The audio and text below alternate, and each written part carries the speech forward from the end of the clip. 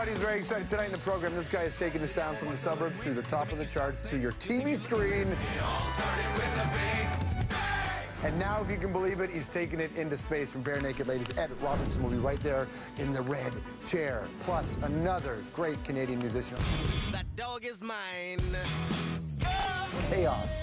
Rap, hip-hop, rock, and why some of you need to rethink Neil Young. And then, this guy's been making them laugh in the UK, and now he's back home where he belongs with us on our panel, the hilarious Bobby Mayer. What are you going to do with your pennies? We're going to, roll them up into bundles and then pay for dances at really depressing strip clubs. Shall we?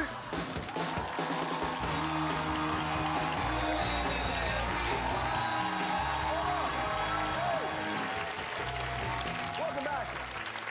Hope you had a wonderful weekend. It was a good weekend, everybody. It was fine? You're good? You can I know Monday, Tuesday, we're in a Tuesday now. I spent the night, I was in Winnipeg on the weekend. I didn't know this about this country in the winter. As my sister said, I envy your toughness. Winnipeg is like they're as tough as those club girls that you see who won't check their coat. I mean, those club girls are tougher than Winnipeg, but still pretty tough. And it's been amazing, actually. And I'm really excited to be back here, though, and to show you what we've got coming up this week. Mark Burnett's going to be on the program this week, which is very nice. This guy changed television. Lots to talk about with him. He's working on a new reality show called The Bible. We're going to get into that. No one laughed because you think it's real. Anybody you think that CBC only appeals to godless wonders, look at them. Their soul. No, I love going across the country. I'll be in Calgary this weekend. You get a picture of why this place is so beautiful. That's one of the reasons why I follow Commander Hadfield on Twitter. Do you follow him at Commander Hadfield? Canadian astronaut, or as we like to call him, the rockstronaut. Currently floating in space. He sees the big picture. He tweets them for us. He's also big into music. He's a musician, and he's about to embark on a space odyssey. I'm really excited to get into this with our guest tonight from Bare Naked Ladies. Ed Robertson makes his return. Here's his bio. You could say that these are good times for Bare Naked Ladies. The band Ed Robertson founded with his childhood friend Stephen Page some 25 years ago. Their theme song for The Big Bang Theory, highest rated TV show in syndication. The song itself is a big hit. All started with a big bang. The band working on a new record, their first in 3 years. But just 5 years ago, it seemed like the band were in crisis. First, there was Stephen Page's arrest on drugs, charges that were later dismissed. Then Ed crashed his float plane with his wife on board. Thankfully, everyone walked away unharmed. A few months later, the band parted ways with Page, threatening the future of a group that had always defied convention. It's been 1 week since you looked at me. Ed persevered, though, and is now heading off into the final frontier, a song written with Canadian astronaut Chris Hadfield. Chris plans to perform with Ed while in space. I'm listening, out where stars are glistening. I can hear your voices bouncing. I'm off the moon. Welcome back to the red chair, our friend Ed Robertson. Nice to see you, George. I'm real good. Your family's good? Yeah, awesome. Welcome, young man. You've done a lot of cool things, obviously, in your career. There's lots of success. It's been all right. So far. It's going all right. The space thing has got to be a real treat. It's amazing. For a guy that, I know you're really interested in this stuff anyway. Right? Yeah, it's awesome. How'd you get in on that? I mean, you knew him from before he went up, right? Chris reached out to the band years ago when we were touring through the southern U.S. He reached out and said, hey, I'm this guy, Chris Hadfield. I'm an astronaut, and I'd love to give you guys a tour of Mission Control while you're in Houston. I see you've got a day off. It was amazing. It was totally incredible. I remember the best moment was when somebody asked the question. So Chris showed us on the shuttle simulator the WCS, which is the waste collection system. So when you say somebody asked the question... It might have been Tyler. And he said, so here it is. It's the WCS, and it actually employs a vacuum pump at the time, so you have to seatbelt yourself into it, and you strap in and use it. And Ty said, WCS, is that world's coolest shit? Waste collection system, what it was. Just to be a part of that has got to be out of this world for you, not just literally, but the idea that a guy who can be interested in so many things can release a song. How did the idea of the song come up?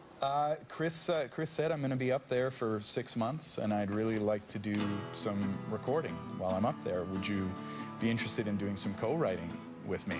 And I was like, let me check my schedule. Yes. Yes, I would. The song came together really quickly. It was a total co-write, and I'm really proud of it. And so this is something you used to be interested in, right? This wasn't like new to you, the idea of science and, between this and Big Bang Theory, I mean, you're right on the top of this. I've been a science geek forever, a math and science geek, and my high school teachers would be cringing right now, but I am. I mean, just the idea of like being inspired by somebody when you're really young. Let's go way back. Look at this.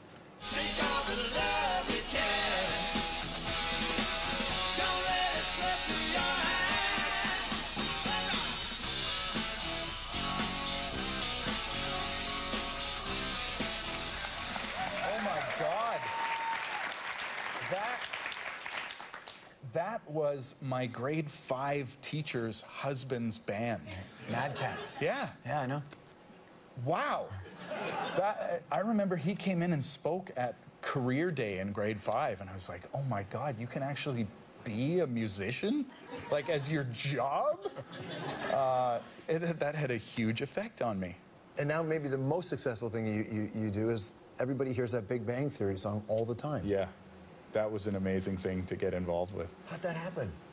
Again, my science geek background. I was talking in a show in L.A., talking about some esoteric science book I'd just read, and Bill Prady and Chuck Lorre, the creators of the show, were at the show. And they said, we got to get this guy to write the theme song. So they contacted me and said, we have this show called Big Bang Theory, and they said, well, we want you to basically do a history of everything in about 32 seconds. And it was a ton of fun. Theme songs are generally innocuous, but if you listen to the lyrics, the things that are said in this song, in America today, it's a political statement. It's an amazing, the stuff that you're saying, right? You're talking about bipeds, and you're really... Yeah. There's no God in the song. Yeah, it's true. There's a curiosity that one needs to have to be in science, which is sort of a creative field, then, isn't it? Well, and for me, that feeling of wonder is no different than a spiritual feeling. You know, I think it's beautiful to understand things about the cosmos, to understand the way that we're connected to it. And I think it is incredibly special that we ended up here just because. That through millions and billions of tiny choices, here we are with our opposable thumbs and our poor senses of humor. The fact that our genitalia is very close to where we go to the bathroom. It's poor design. That is evidence of unintelligent design. I refute the design argument right there. My pleasure center is too close. Well said, young man. ISS is Somebody Singing, unveiled on Friday on cbcmusic.ca/space. What a blast. Good to see you, bud. Always good to see you, George.